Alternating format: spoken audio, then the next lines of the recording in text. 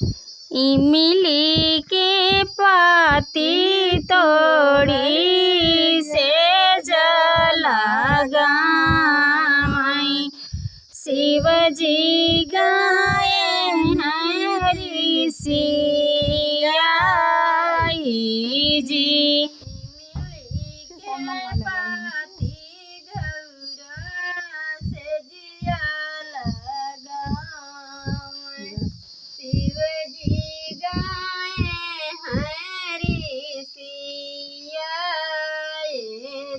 इमली के पाती तोड़ी से जलागाई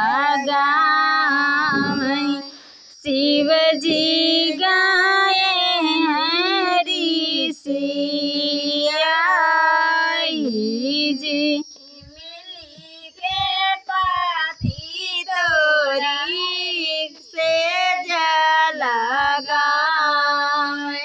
शिव जी गाए हैं ऋषि आए जी। एक बाना गईले दूसर बाना गईले तीसरे में पहुँचे ससुरार जी। दूसरे बाना गईले तीसरे में पहुँचे ससुरार जी। एक बाना गईले दूसरे बाना गईले तीसरे में पहुँचे ससुरार जी। एक बाना गईले दूसरे बाना गईले तीसरे में पहुँचे ससुरार जी। भीतर ही बाटियों की बाहरे नहीं सासू सुनी लेती हुआर जहामार जी। बाहरे नी बाटियों की भीतरी सासू सुनी लेती हमारे जी। तोहरी नी सासू बेटी हम गारिया देश से दीनी कर जी।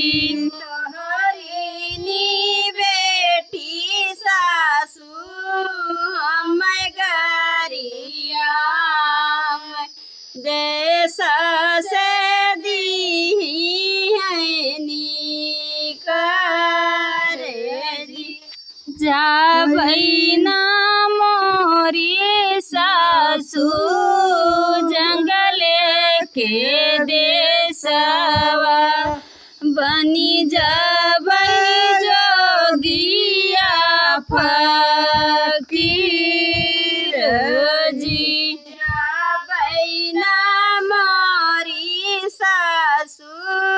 जंगले के देशवा बनी जब जोगिया फकीर जी। काहे के शिवाजी तू जोगिया फकीर बनबा लई जात्या करी ना जी। काहे का शिव जी बनी ब्या जोगिया फकीर काहे के हो ब्या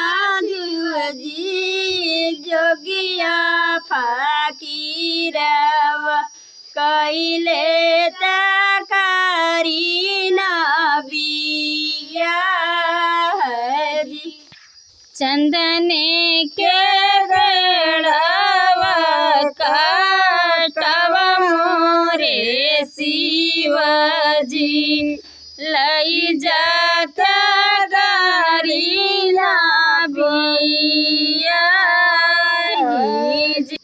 चंदने के पेड़वा काटवा मोरे शिवजी लई जाता गारी ना बिया